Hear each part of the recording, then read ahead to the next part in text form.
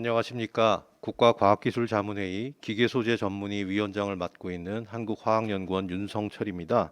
2023년 정부 연구개발 투자 방향 및 기준 관련한 공청회 2부 순서를 진행하겠습니다. 앞서 시청하신 일부 정책 분야, 총괄 분야 투자 방향에 이어서 2부에서는 기술 분야별로 특화된 투자 방향을 좀 더 상세하게 다루도록 하겠습니다. 먼저 코로나로 인해서 작년에 이어 올해에도 비대면으로 진행하게 돼서 이 점 양해 부탁드립니다. 지금 시청하고 계신 채널은 국가과학기술자문회의 기계소재전문위원회가 소관하고 있는 기계 제조 분야 그리고 소재 분야 투자 방향 공청회입니다. 먼저 오늘 심층 토론을 위해 참석해 주신 분들을 소개해 드리겠습니다. 먼저 패널 토론 좌장은 제가 맡고 있고요. 그리고 각 분야별 발표와 토론을 위해서 기계소재 전문위원이신 인하대학교 이장현 위원님, 예, 네, 그리고 한국재료연구원의 김형욱 위원님께서 참석해 네, 주셨습니다. 안녕하십니까. 반갑습니다. 네, 감사합니다. 진행 순서는 이장현 위원님과 김형욱 위원님께서 기계 제조 분야 그리고 소재 분야의 투자 방향에 대해서 순차적으로 발표를 해주시고 발표 후에 패널 토론을 진행하도록 하겠습니다. 시청하시는 동안 질의사항이나 의견이 있으시면 하단의 질문란에 꼭 말머리 선택을 기계 소재로 해주시고 작성을 부탁드리겠습니다. 그럼 먼저 이장현 위원님께 발표를 부탁드리도록 하겠습니다. 예, 다시 인사드리겠습니다. 기계소재전문위원회의 기계제조 분과에 속하고 있는 이장현입니다. 오늘 제가 말씀드릴 분야는 특히 기계와 제조 분야에 대해서 말씀을 드리겠습니다.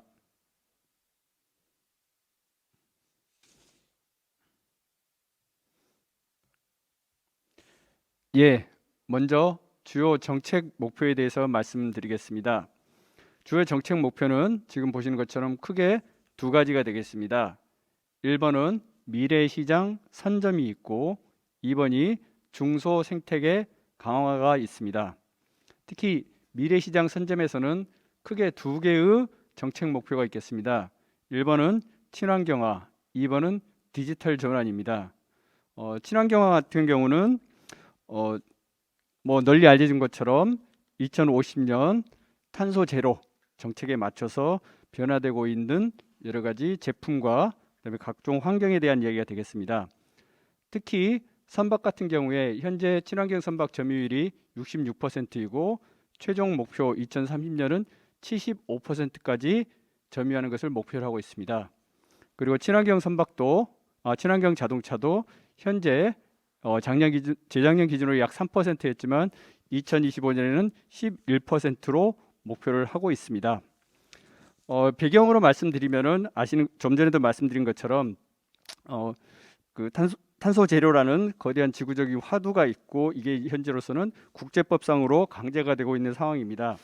특히 선박 같은 경우에는 2030년까지 2018년 대비 약 40%의 지구 온실가스를 저감을 시켜야 되고 2050년까지 50%의 온실가스를 저감할 수 있는 그런 선박이 필요한 강제화되고 있는 시점입니다. 그리고 자동차 같은 경우도 아시는 것처럼 2035년에 EU에서는 내연 자동차가 판매가 금지되는 등 2015년에 있었던 파리 기후 협약이 굉장히 큰 규제를 작용하고 있다고 볼 수 있겠습니다. 그리고 두 번째 디지털 전환의 목표를 보시면은 첫 번째 자율운항 선박 같은 경우는 점유율이 현재 0%인데 2030년에 50%를 목표로 하고 있습니다. 그리고 선박 생산성도 약 30% 향상을 목표로 하고 있고 자율주행 자동차도 마찬가지로 2024년에 레벨 4를 일부 상용화하고 2025년에는 디지털 도입 평균 정착 이상이라는 목표를 세우고 있습니다. 좀 더 자세하게 설명을 드리면은 디지털 전환은 크게 두 가지 방향이 되겠습니다. 하나는 제품의 디지털 전환, 그리고 두 번째는 제조와 서비스의 디지털 전환이 되겠습니다. 자율운항 선박 같은 경우는 제품의 디지털화라고 볼 수 있겠습니다. 자율주행차도 마찬가지입니다. 그리고 선박 생산성 30%는 제조와 서비스의 디지털 전환이라고 볼 수 있겠습니다. 특히 자동차 같은 경우에 레벨 4를 목표로 삼았는데 이 목표에는 최근의 동향과도 밀접한 관련이 있습니다. 현재 국내의 자동차 상용화된 기술은 레벨 2, 즉 사람이 개입하고 기기가 보조하는 수준의 자율주행인데 최근 들어서 레벨 3, 즉 특정한 구간을 사람의 도움 없이 자동차가 스스로 운항할 수 있는 수준이 해외 업체에서 이미 상용화되고 출시가 된 상황입니다. 그래서 기술 격차로 따지면 약 1년에서 2년 정도가 벌어졌다고 볼 수 있고, 그래서 우리는 현재 레벨 3를 넘어서 레벨 4, 즉 사람이 거의 탑승만 하고 안전하게 주행할 수 있는 그런 수준을 현재 최종 목표로 하고 있고, 그게 2024년까지 현재 목표를 삼고 있습니다. 그리고 디지털 도입의 그 정착 이상이라는 표현을 썼는데요. 디지털 전환 또는 디지털 도입은 크게 1단계 검토 단계, 2번 도입 단계, 3번 정착 단계, 4번 고도화 단계입니다. 디지털 전환 같은 경우에 방금 말씀드린 그 단계 중에서 고도화 단계가 현재 해외 단계라고 볼 수 있고, 현재 우리나라는 도입 수준의 단계라고 볼 수 있겠습니다. 그래서 도입과 이미 고도화 사이에 2단계의 격차가 있고, 이것을 극복하기 위한 목표를 설정했다고 보시면 되겠습니다. 그리고 두 번째 중소생태계 강화인데, 이 중소생태계 강화는 앞서 말씀드린 친환경과 디지털 전환이 두 개의 동시에 묶여 있다고 볼 수 있을 것 같습니다. 친환경 관련해서 카본 뉴트럴이라는 거대한 화두가 추후에 연료비 그 에너지 비용 상승이라든가 제조 원가 상승 등으로 인해서 국가 GDP가 약 25% 감소할 수도 있고, 그 이야기는 결국 기업의 경쟁력도 25% 이상 원가 상승이라든가 경쟁력 상실로 나타날 수 있다는 것이 굉장히 큰 시각의 지표라고 볼 수 있겠습니다. 이러한 상황에서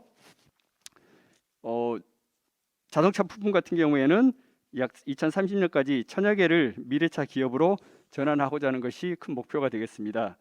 그리고 중소형 조선사라든가 기자재 업체 같은 경우는 마찬가지로 그 디지털 전환을 가속화시키는 것이 현재 목표가 되고 있습니다.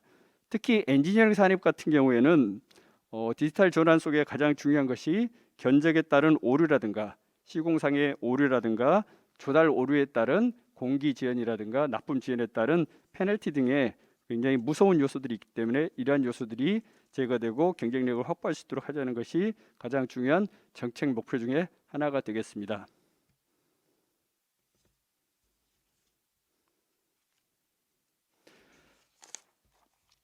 예, 그리고 앞서 말씀드린 것은 이제 투자 목표가 되겠고요.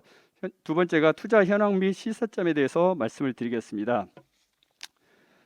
친환경 디지털 전환 분야에서 자동차 산업은 현재 전기차 수출이 세계 4위로 경쟁력은 이미 입증이 되었으나 핵심 기술의 내재와 비슷한 말로 국산화는 여전히 미흡한 상태입니다. 전기차나 수소차를 봤을 때 약 70%, 자율주행 소프트웨어는 약 38%, 하드웨어는 85%입니다. 이에 반해서 기존의 내연기관 같은 경우는 99%의 내재화 또는 국산화 비율을 달성하고 있는 것에 비해서 전기차라든가 미래차에 대한 내재화 비율은 상당히 낮다고 볼 수 있을 것 같습니다. 두 번째, 조선산업의 현황입니다.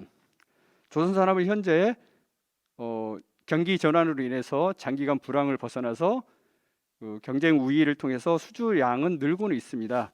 하지만 지난 그 10년간의 그 산업 침체기 동안에 기술 개발이 지체됐고, 그다음에 고급 인력들이 빠져나감에 따라서 특히 조선 근로자 수는 20만 명, 2014년에 20만 명에서 2020년에 약 절반인 9만 7천 명까지 감소를 했고, 이것은 특히 조선 산업에서 가지고 있는 고도의 기술 지식이 사라지는 그런 경쟁력 약화로 현재 변화가 되고 있습니다.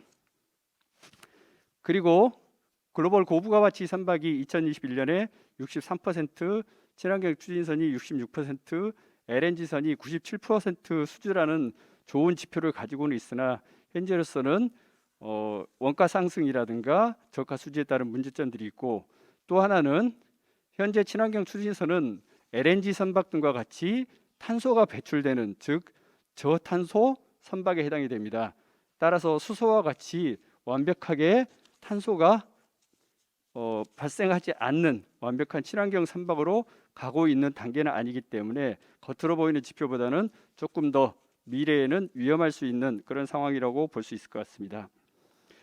그리고 스마트 제조 엔지니어링 파트에서도 보면 NIA 즉 정보사회진흥원에서 2018년에 조사한 바에 따르면 금융이나 통신에 비해서 제조 산업은 거의 데이터 활용이나 데이터 전환이 전무하다고 싶을 정도로 현재 그런 지표를 보고 있다고 생각이 듭니다. 그리고 중소 생태계를 보게 되면은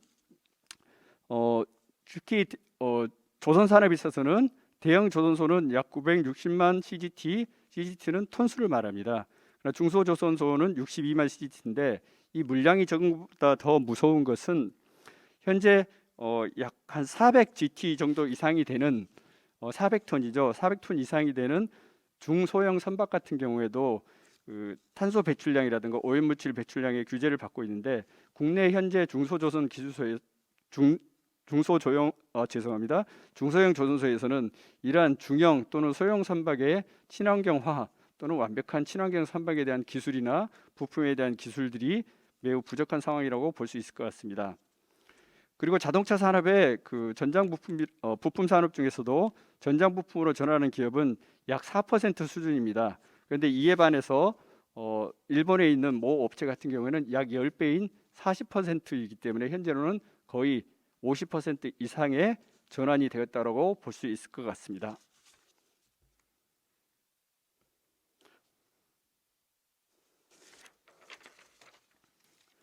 그래서 이러한 상황에서 투자 방향이 도출이 되게 됐습니다. 그래서 첫 번째 투자 방향은 친환경 산업 고도화입니다.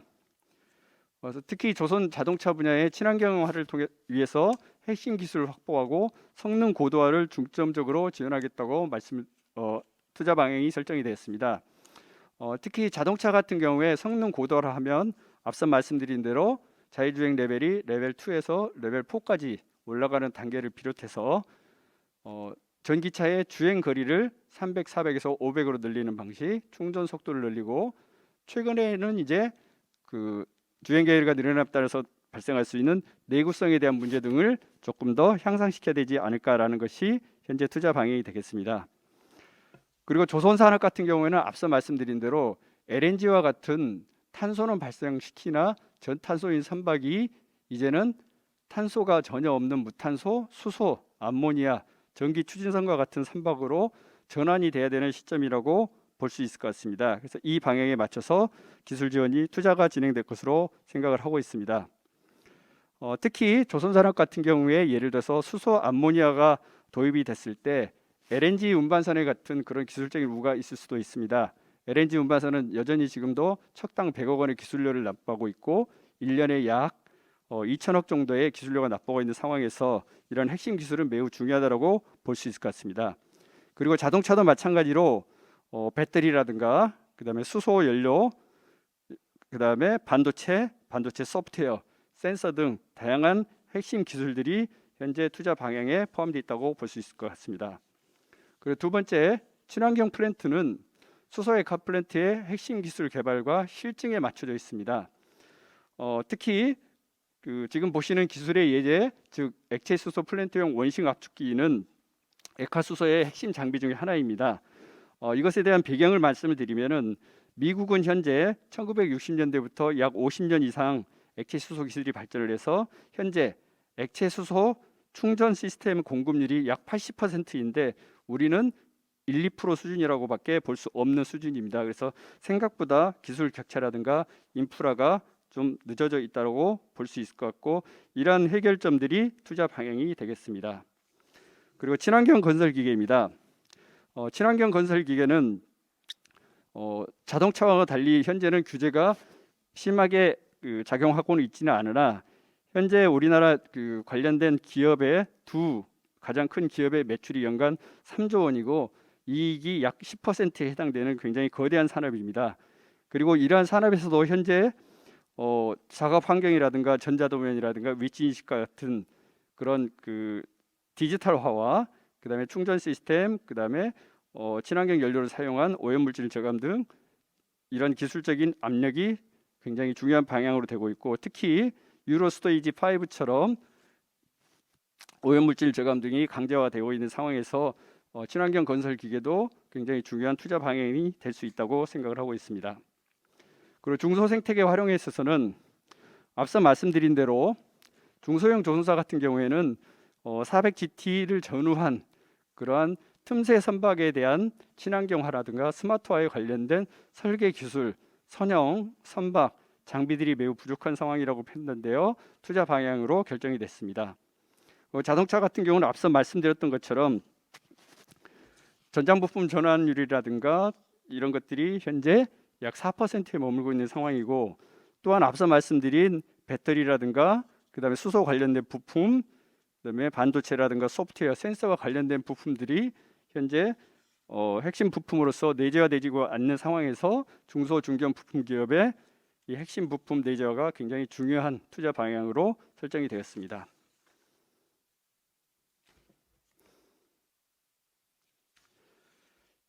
그리고 그 다음 투자 방향은 디지털 전환 가속화가 되겠습니다. 앞서 말씀드린 대로 디지털 전환은 크게 두 가지 방향이 있겠습니다. 1번은 제품과 부품에 대한 디지털 전환, 그리고 2번은 제조 시스템, 즉 제조하는 방법과 설계하는 방법 및 서비스 운영에 관한 디지털 전환으로 볼 수 있겠습니다. 첫 번째 디지털 엔지니어링은 제품을 설계하는 기술에 대한 것이 되겠습니다. 그리고 제품의 설계뿐만 아니라 운영까지도 현재 포함을 되고 있습니다. 예를 들어서 화공이나 발전 등 탄소 배출량이 굉장히 많은 분야, 즉 전체 탄소 배출량의 약 60에서 70%를 차지하는 분야 같은 경우에는 시설 개선이라든가 시설 변화에 앞서서 공정 설계나 운전 제어 기술 개발을 통해서 에너지를 사용을 최소화하고 오염물질을 배출을 최소화할 수 있는 그런 공정 설계나 공정 기술들이 굉장히 중요한 투자 방향이라고 생각을 하고 있습니다. 그리고 자율주행은 제품과 관련된 것입니다. 그래서 자율운항 선박 같은 경우는 특히 연료 절감을 위한 지능형 항해 시스템, 그다음에 운영비나 고장 방지를 위한 기관 자동화 시스템처럼 연료 절감이라든가 운영비, 유지 보수 비용을 절감할 수 있는 그런 방향으로 투자 방향이 추가가 되고 있습니다. 그리고 자율주행 자동차 같은 경우는 앞서 말씀드린 대로 센서 중에서도 특히 초고난도 센서, 그리고 인공지능 소프트웨어 등이 현재 투자 방향으로 되어 있습니다. 그리고 스마트 제조에서는 특히 제조 데이터 플랫폼이라고 말씀드리는 것은 특히 밑에 보시는 것처럼 대중소 기업 간의 데이터 공유와 같은 것이 연관이 되어 있습니다. 앞서 말씀드린 것처럼 대기업은 디지털 전환이 가속화될 것이나 이와 관련된 1차 공급자 또는 협력업체인 중소기업 사이에서는 데이터 공유가 원활하지 않고, 이에 따라서 대기업의 전환 속도에 맞춰지지 않는 중소기업들은 경쟁력을 상실하거나 이에 따른 원가 상승 및 애로사항이 있을 것으로 보고 있고, 이에 대한 것이 해결하는 것이 투자 방향으로 설정이 되어 있습니다. 그리고 두 번째 예를 들어서 고객 맞춤형 제품 생산을 위한 유연 생산 기술은 현재 최근에 화두가 되고 있는 메타버스처럼 가상 공간에서 제품 개발 등과 같은 그런 것들을 지원하는 것이 되겠습니다. 그리고 지능형 로봇은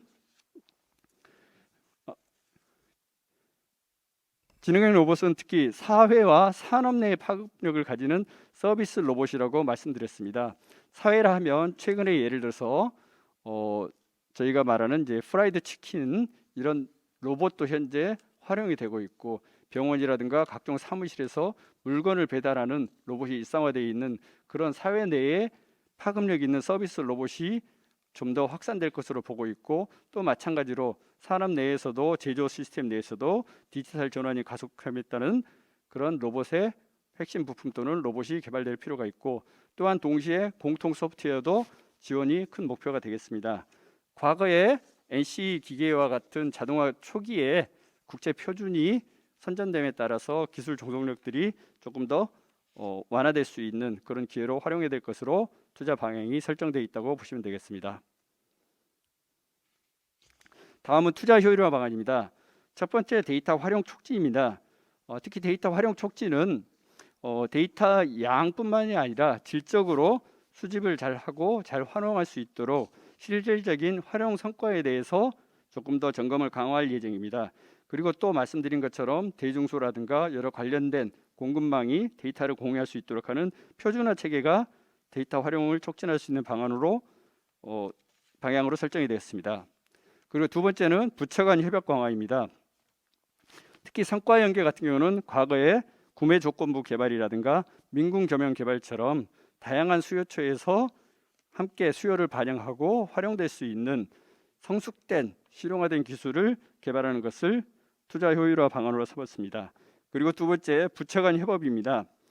예를 들어서 수소와 관련된 수소 연료 전지라든가 순료 관련된 기술은 소재 부품뿐만 아니라 자동차, 선박, 건설 기계 이런 다양한 산업 분야가 연결이 되기 때문에 관련된 부처가 협업을 해야 될 것으로 생각되고 있습니다.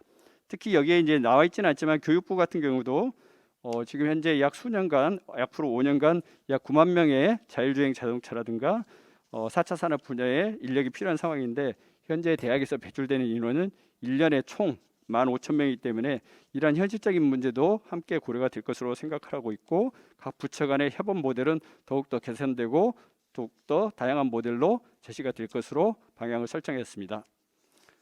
예, 이상 설명을 마치겠습니다. 예. 이장현 전문위원님 감사합니다. 기계 제조 분야의 그 주요 정책 목표나 그리고 투자 현황 및 시사점, 투자 방향, 효율화 방안 등에 대해서 죄송합니다. 말씀해 주셨습니다. 다음으로는 소재 분야에 대해서 그 김형욱 전문위원님께서 발표를 해 주시겠습니다. 예, 부탁드립니다. 네. 예, 안녕하십니까. 소재 분야 전문위원을 맡고 있는 김영욱입니다. 먼저 소재 분야의 그 주요 정책 목표에 대해서 말씀드리겠습니다. 혹시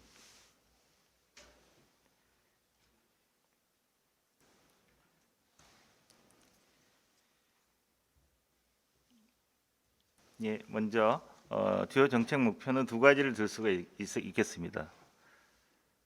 네, 첫 번째로는 2050년 2050 대한민국 탄소 중립 견인을 위해서 친환경화를 이루고 두 번째로는 차세대 지금까지 지원된 소부장과 차별화되게 차세대 소부장 공급망을 대응하는 대응 강화가 되겠습니다. 먼저 2050 대한민국 탄소 중립 견인을 위해서 그 기존 혁신적인 탄소 감축 수단을 지속 공급하는 소재 분야 핵심 기술을 개발하고자 합니다.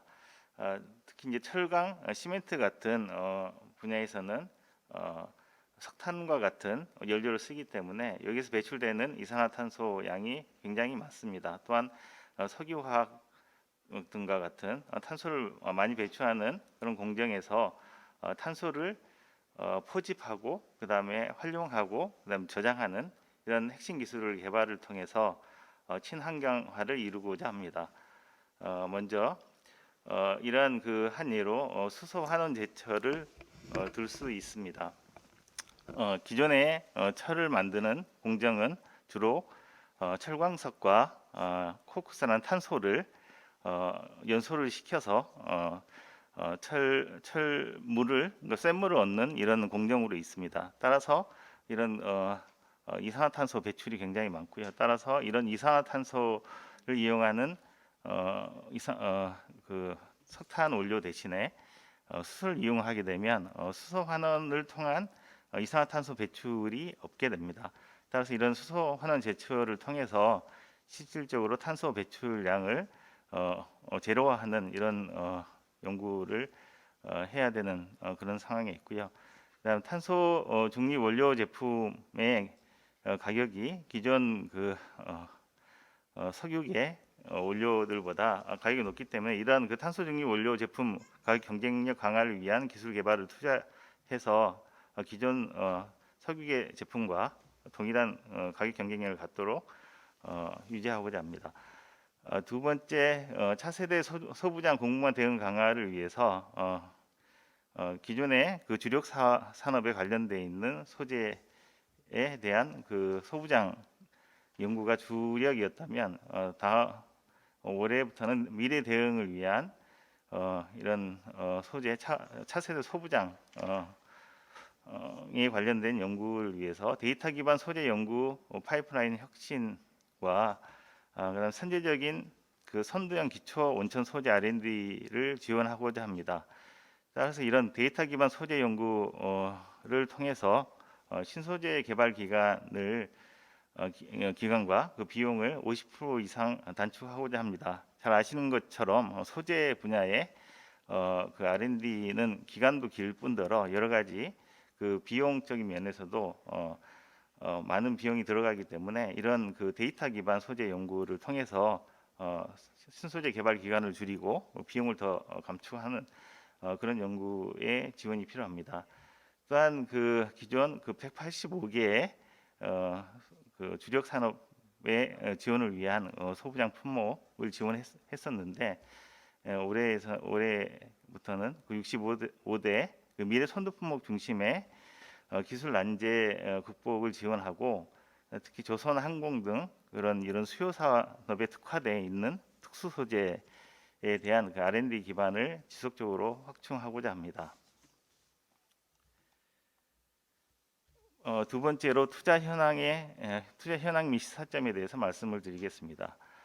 정부는 지난 2년간 소부장 경쟁력 강화 특별회계를 신설해서 국가의 그 소부장 경쟁력 강화를 위한 연구개발 지원을 하였습니다. 특히 2020년대에 1.7조, 2021년에 2.15조, 2022년에 2.27조 등 각 해마다 한 14% 이상의 이런 그 R&D 비용을 증가해서 소부장 경쟁력 강화를 위해서 투자를 하였습니다. 이런 그 소부장 특별회계를 통한 이런 기술 지원을 통해서 2020년에 처음으로 그 최고국 대비 80% 정도의 소재 나노 기술 수준을 확보를 했고 또한 일본에서 제기된 수출 규제 품목인 불화 수소의 경우에는 2021년에 약 83.6% 정도 감소가 된 460만 달러 정도를 수입하는 그런 효과를 거뒀습니다. 또한 그 소재 관련해서는 최근에 요구되는 그 친환경과 디지털 전환을 위한 쪽에 투자가 필요하고 이런 국내에 있는 다수 기업들은 이런 그 GVC 제편 대응을 준비하고 있고 이를 계기로 해서 새로운 신규 시장 진출을 통해서 기존 소재 수출의 수출액 정체를 극복하고자 하고 있습니다. 실질적으로 그 탄소 중립과 관련해서 또한 그 코비드와 관련돼서 글로벌 소부장 기업의 그 64% 상당이 글로벌 공급망 재편을 준비하고 있습니다. 국내에서는 2011년 이후에 10년 동안 그 소재 그 부품 산업의 수출액은 증가하였지만 소재 산업의 수출액은 정체가 되고 있으며 이런 그 소재 산업의 수출액 증가를 위해서 새로운 그 친환경이라든지 디지털 전환 기술을 개발함으로써 시장을 선점하고자 합니다.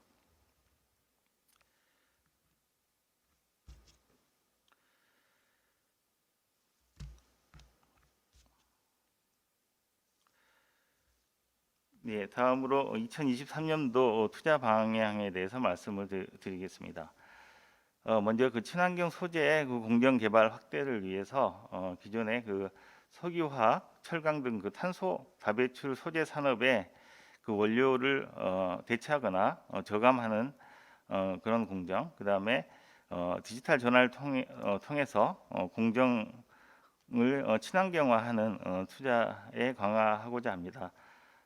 특히 바이오 전환 기술을 활용해서 석유화학 소재 공정을 대체하거나 고분자 소재 재활용 시에 고순도 단량체 확보를 위한 그 기술 개발, 그다음 공정에너지 관리 시스템 도입을 통해서 산업 공정을 고도화하는 등 이런 친환경 소재 공정 개발을 확대하고자 합니다.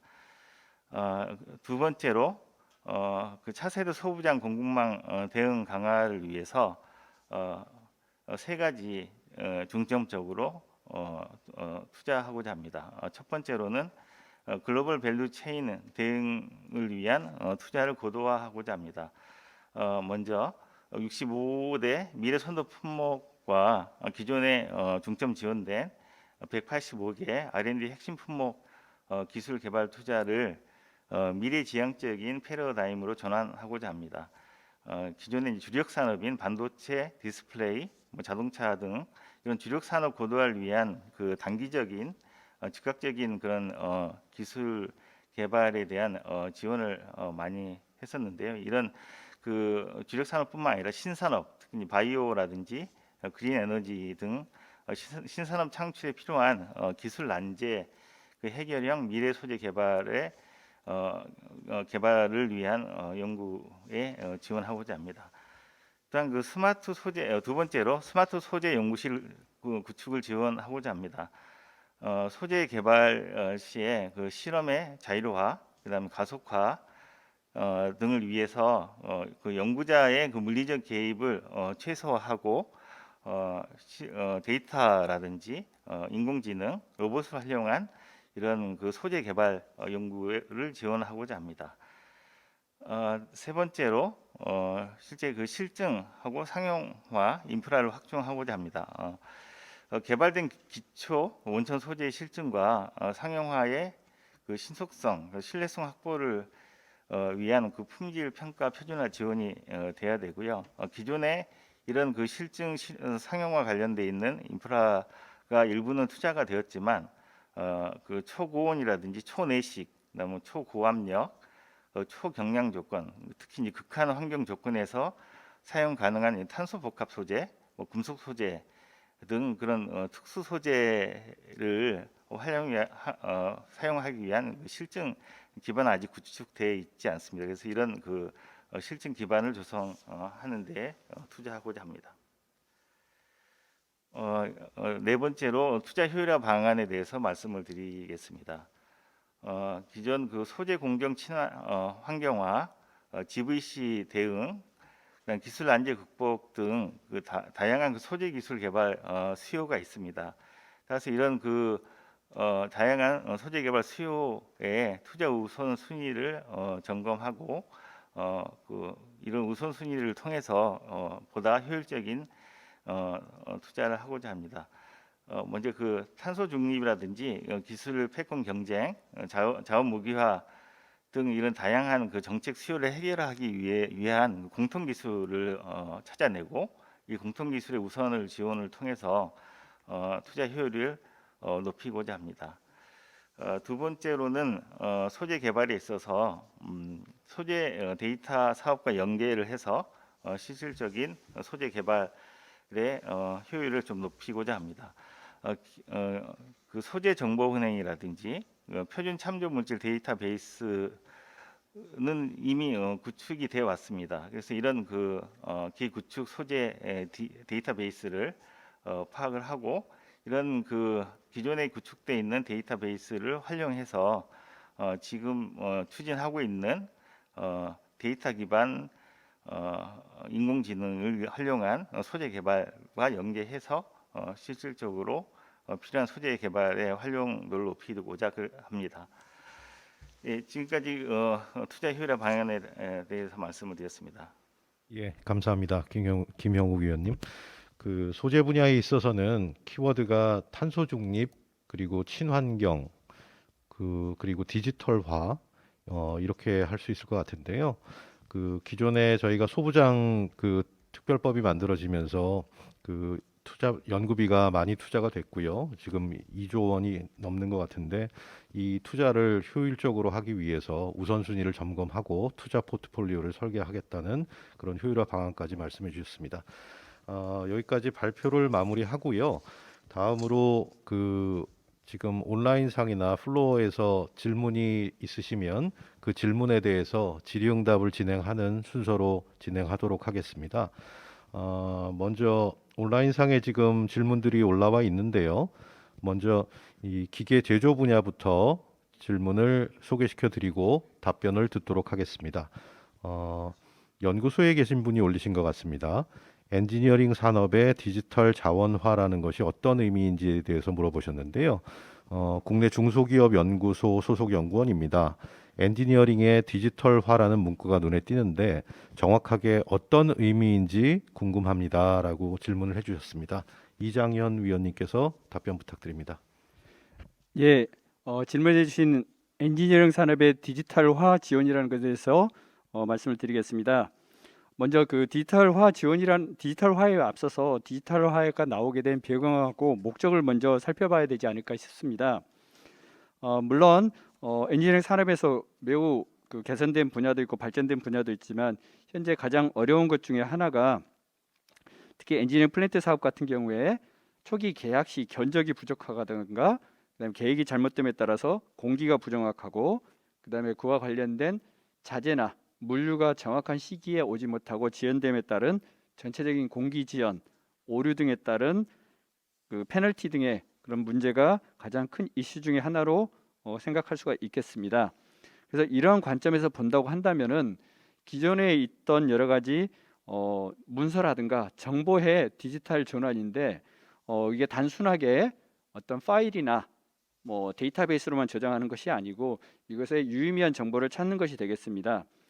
예를 들어서 견적 예측함에 있어서 기존의 견적 예측 데이터를 가지고 새로운 견적에 대한 요구사항에 대한 견적을 정확하게 한다라든가 그리고 계약 문서라든가 시방서 상의 여러 가지 충돌되는 독소 조항들을 인공지능을 통해서 자동으로 찾아서 그 충돌 조항들이 나중에 계약에서 독소 조항이 되지 않도록 찾는 것이라든가 또한 공정의 정확성을 위해서 기존의 도면 기반의 모델을 경량화된 3D 모델로 완벽하게 활용한다라든가 이런 것들을 말씀드릴 수 있겠습니다. 그래서 이를 구체적으로 실행할 수 있는 기술은 예를 들어서 문서 같은 경우에 그 자연어 처리 즉 NLP라는 그런 신층 학습도 가능할 것이고 그리고 경량화된 그런 3D 모델링은 3차원 CAD라든가 빌딩 인포메이션 모델 같은 것을 활용할 수도 있을 것으로 생각을 하고 있습니다. 그래서 다시 한번 결론을 요약해서 말씀드리면은 기존에 나와 있던 여러 가지 견적이라든가 문서, 설계상의 비효율성 오류를 개선하고 발전시킬 수 있는 그런 디지털 전환 기술을 말씀드린다고 할 수 있겠습니다. 예, 이상입니다. 예, 답변 감사합니다. 다음 질문으로 넘어가겠습니다. 비트테크 홍철성이라는 분이 질문을 하셨는데요. 중소기업의 스마트 제조 구축 방안에 대해서 질문을 해주셨습니다. 음향 부품을 만드는 중소기업입니다. 정부의 스마트 제조 투자가 증가된다니 반가운 일입니다. 저희 같은 소규모 20인 내외 기업이신 것 같은데요. 스마트 공장 지원을 받을 수 있을까요? 그러니까 소규모 기업에서도 스마트 공장 지원을 받을 수 있는지에 대해서 여쭤보신 것 같고요. 자본금이 부족하고 정부 사업 계획서를 써본 경험이 없는 저희 같은 회사는 스마트 공장 도입을 위해서 무엇부터 해야 할까요? 이 질문에 대해서는 투자국의 기계정보통신조정과장이신 정재욱 과장님께서 답변해 주시겠습니다. 네, 그 비트테크 홍철성님께서 질문하신 스마트 공장 지원 도입과 관련해서 답변을 좀 드리겠습니다.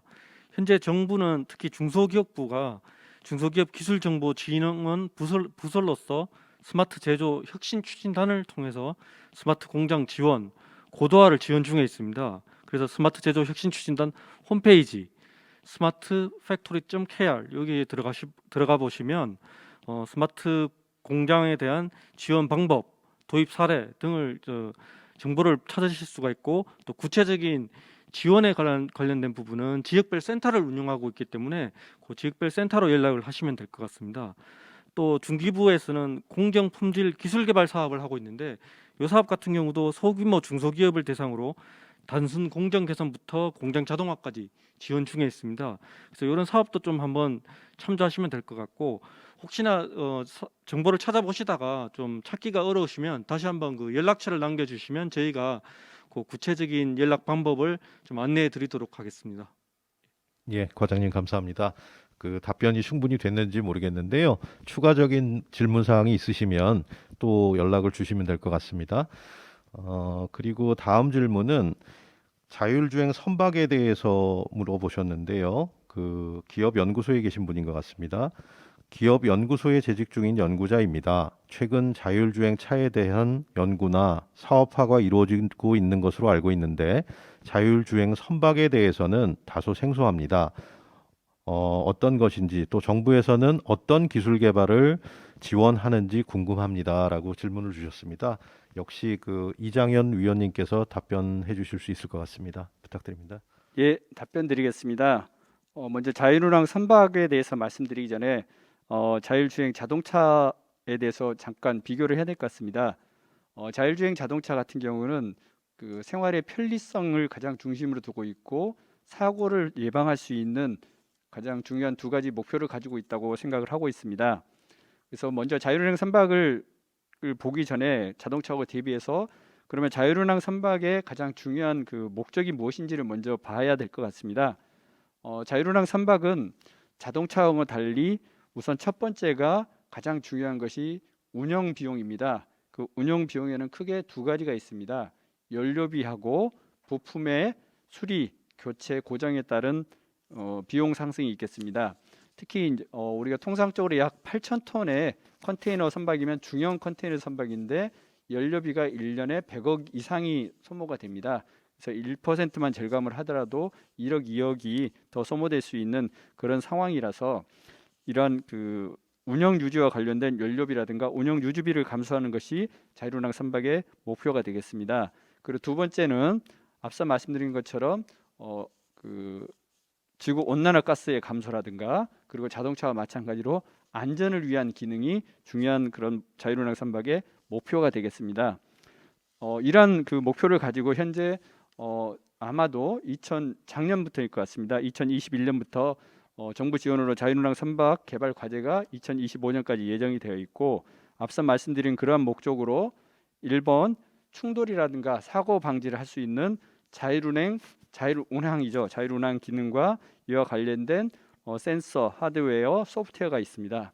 그 두 번째 선박의 가장 중요한 장비인 엔진이라든가 발전기와 같은 중요한 시스템들의 모니터링과 또 고장 예측, 그다음에 진단이 가능한 시스템, 그리고 앞서 말씀드린 것처럼 연료를 가장 최소로 소모할 수 있는 운항 체계라든가 운항 조건, 운항 경로 등을 찾아가는 그런 소프트웨어 및 기능, 그리고 사이버 보안에 대비할 수 있는 그런 것들을 가진 선박을 저희가 자율운항 선박이라고 말씀드릴 수 있겠습니다. 예, 이상입니다. 예, 감사합니다. 다음 질문으로 넘어가겠습니다. 소재 분야의 질문인 것 같은데요. 수소 환원 제철에 관한 질문입니다. 수소 환원 제철 기술에 대해서 궁금한 점이 있어 질문드립니다. 구체적으로 어떤 기술이고 어떻게 2050 대한민국 탄소 중립에 이바지할 수 있을까요? 라고 질문 주셨습니다. 이 질문에 대해서는 김영욱 위원님께서 답변 부탁드립니다. 네, 답변 드리겠습니다. 실질적으로 이제 철을 만드는 공정은 주로 이제 철광석과 그다음에 탄소로 이루어진 코크스를 동시에 가열해서 이 가열돼 있는 철광석에서 환원이라는 공정을 통해서 이제 철이 나오고요. 그 녹아진 철이 샘물로 이렇게 흘러나오게 됩니다. 그래서 이제 우리가 흔히 볼 수 있는 철강을 얻을 수 있습니다. 근데 이런 그 환원제가 탄소로 이루어진 콕스가 환원제 역할을 하는 거고요. 최근에는 이런 그 이산화탄소 배출을 억제하기 위해서 이런 그 원료를 코크스가 아닌 수소를 활용을 할 수 있는 그런 기술이 개발이 되었습니다. 그래서 이런 그 철광석과 수소를 가지고 이제 철광석을 환원을 시키게 되면 FE라는 철과 그다음에 이산화탄소가 아닌 물 H2O가 나오게 됩니다. 그래서 실질적으로 이산화탄소가 배출이 되는 게 없기 때문에 탄소 중립에 큰 기여를 할 수가 있습니다. 그래서 국내에서 이미 수소 환원 제철에 대한 연구를 진행을 많이 해왔고요. 이런 그 탄소 중립에 관련돼 있는 이슈와 더불어 수소 환원 제철의 본격적인 상업화를 위한 연구가 되고 있고 또한 그 수소를 활용한 산업들을 이제 하기 위해서 여러 가지 그 소재라든지 그다음에 소재라든지 그다음 그걸 활용하기 위한 공정에 대한 그런 연구가 동시에 진행이 되고 있습니다. 예, 뭐 충분한 답변이 됐는지 모르겠습니다. 예, 위원님 답변 감사드립니다. 그 CO2가 전혀 발생하지 않는 새로운 공정인 것 같고요. 상업화가 빨리 돼서 탄소 중립에 기여할 수 있었으면 좋겠습니다. 다음 질문은 역시 소재 분야에 해당하는 질문인데요. 그 앞서서 이제 발표 과정에서도 들으셨는데 핵심 품목 R&D 지원 정책의 변화 필요성을 제기해 주셨습니다. 이제는 기존에 추진되고 있는 핵심 품목 R&D 지원 정책에 대한 변화가 필요한 시점이 아닐까 합니다. 대글로벌 공급망 대응을 위한 투자의 성과는 어느 정도 충분히 이루어졌다고 생각이 드는데요. 이번 투자 방향에 그 변화를 담은 내용이 있는지 궁금합니다라고 말씀을 해주셨습니다. 앞서 발표 내용에도 일부 포함이 되어 있는데 보다 자세한 답변을 김영욱 위원님께 들어보겠습니다. 예, 답변드리겠습니다. 저희가 지난 2년 동안 그 소부장 이슈로 인해서 주로 대일 품목과 대세계의 수입되는 품목을 위주로 품목을 정해서 그 소재를 국산화하거나 고급화하는 그런 연구에 지원이 중점적으로 이루어졌습니다. 그러나 이런 그 기본적인 소재 국산화, 그다음에 자립화 이런 거에 대한 그 투자뿐만 아니라 올해부터는 그 미래지향적인 패러다임으로 바꿔서 기존에 있는 그런 품목뿐만 아니라 그 미래지향적인 소재, 특히 주력 산업뿐만 아니라 미래의 산업, 특히 바이오라든지 뭐 그린 에너지라는 그런 신산업 분야를 지원할 계획으로 있고요. 그다음 기존에는 나와 있는 소재를 국산화하거나 원가 절감하기 위한 그런 연구가 주였다면 주로 새로운 그 소재, 그다음에 이런 소재를 만들기 위해서 어쩔 수 없이 넘어야 되는 그런 난제를 해결하기 위한 그런 연구에 집중적으로 투자를 해서 기존의 소재를 국산한다기보다는 선도적인 품목을 개발하기 위한 그런 미래 품목에 대해서 투자하는 쪽으로 방향을 잡았습니다. 네, 이상입니다. 네, 감사합니다. 기존에 185대 처음에 이제 100대 품목이었었죠. 대일 수출 규제를 그 돌파하기 위한 100대 품목 그다음에 85대 품목 해서 185대 품목에 지원하던 그 투자를 미래 소재 쪽으로 좀 더 이제 선제적인 소재 개발에 투자하는 방향으로 이해를 하시면 될 것 같습니다. 질문이 하나 또 올라왔는데요. 학생이라고 하셨네요. 미래차 핵심 기술 내재화에 관련된 문의를 주셨습니다. 자동차 관련 학과에 재학 중인 학생입니다. 발표 자료에 보면 미래차 관련 핵심 기술 내재화가 미흡하다고 하였는데 이를 극복하기 위해서 정부에서는 어떤 분야를 주요하게 지원하고 있는지 문의를 해오셨습니다. 이장현 위원님 답변 부탁드립니다. 예, 질문하신 요지에 대해서 답변드리겠습니다. 지금 핵심 기술 내재화 분야에 대해서 말씀을 해주셨는데 질문을 해주셨습니다. 저희가 핵심 기술 분야를 크게 6개로 정부에서는 6개로 분류를 했습니다. 그래서 1번 2차 전지, 연료전지, 자율주행 통신 시스템, 차량용 반도체, 차량용 센서, 자율주행 소프트웨어를 6개의 내재화 핵심 기술 분야로 선정을 했습니다. 그리고 자율주행 서비스 개발이라든가 중소기업 육성 등을 포함해서 앞으로 5년간 약 2조 원의 예산이 투입될 것으로 계획되어 있습니다. 예, 답변 마치겠습니다. 네, 감사합니다. 추가적인 질문이 하나가 또 올라왔네요. 중소기업에 계신 분이십니다. 그 실증 상용화 인프라 확충에 대한 질문을 주셨는데요. 소재 실증과 상용화 인프라 확충의 투자 방향으로 제시된 이유가 궁금합니다. 이전에도 다양한 사업들을 통해 소재 R&D 기반 구축이 지원된 적이 있는데 확충될 인프라를 기업 등 민간이 활용할 수 있는지에 대해서 문의해 주셨습니다. 김형욱 위원님 답변 부탁드리겠습니다. 예, 답변 드리겠습니다. 아까 말씀드린 것처럼 기존에 지원됐던 실증과 상용화 인프라 같은 경우는 주력 산업의 소재를 국산화하거나 기술 자립화하기 위한 실증과 상용 인프라가 주요된 반면에 이제 올해 투자 방향으로 결정한 이런 실증 상용화는 기존의 소재가 아닌 조선 항공 또는 에너지 같은 그런 특수 산업에 쓸 수 있는 특수 소재를 개발하기 위한 실증이고요. 이런 특수 환경에서 견딜 수 있는 소재는 특히 초고온이라든지 초내식, 초고압, 초경량 이런 극한 조건에서 사용이 돼야 되기 때문에 실제로 만들어지는 제조 공정이라든지 그다음 평가라든지 이런 것들이 이제 기존의 거하고는 많이 차이가 있습니다. 그래서 선도적인 미래 소재를 개발하기 위해서 이런 제조 실증과 그다음 평가를 하기 위한 이런 새로운 실증하고 상용 인프라를 선별해서 지원할 예정으로 있습니다. 예. 예, 답변 감사드립니다. 지금 추가 질문이 없는 것 같은데요.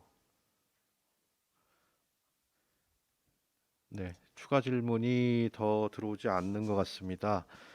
그러면 예정된 시간이 지금 다 돼 가는데요. 이게 이제 직접 여기 참여하셔서 토론을 좀 더 심층적으로 할 수 있으면 좋았을 텐데 지금 코로나 상황이라서 그런 부분이 좀 많이 아쉽고요. 어, 올려주신 내용은 저희가 지금 이 생방송이 끝난 이후에도 금요일 정오까지 계속 질문창을 열어둘 계획입니다. 따라서 실시간으로 함께 하시지 못한 분들도 이 발표 내용을 보시고 궁금하신 점이 있으시면 질문을 올려주시면 저희가 이메일을 통해서 답변을 또 드리도록 하겠습니다. 코로나 상황으로 인해서 거듭 말씀드리지만 비대면으로 이렇게 진행하게 되면서 소통이나 이런 것들이 좀 원활치 못한 점 양해 부탁드리고요. 그럼에도 불구하고 끝까지 함께 해주신 국민 여러분들께 진심으로 감사를 드립니다. 이것으로 2023년 정부 연구개발 투자 방향 및 기준 기계소재전문위원회 공청회를 마치도록 하겠습니다. 코로나 감염에 주의하시고 항상 건강하시길 기원합니다. 감사합니다.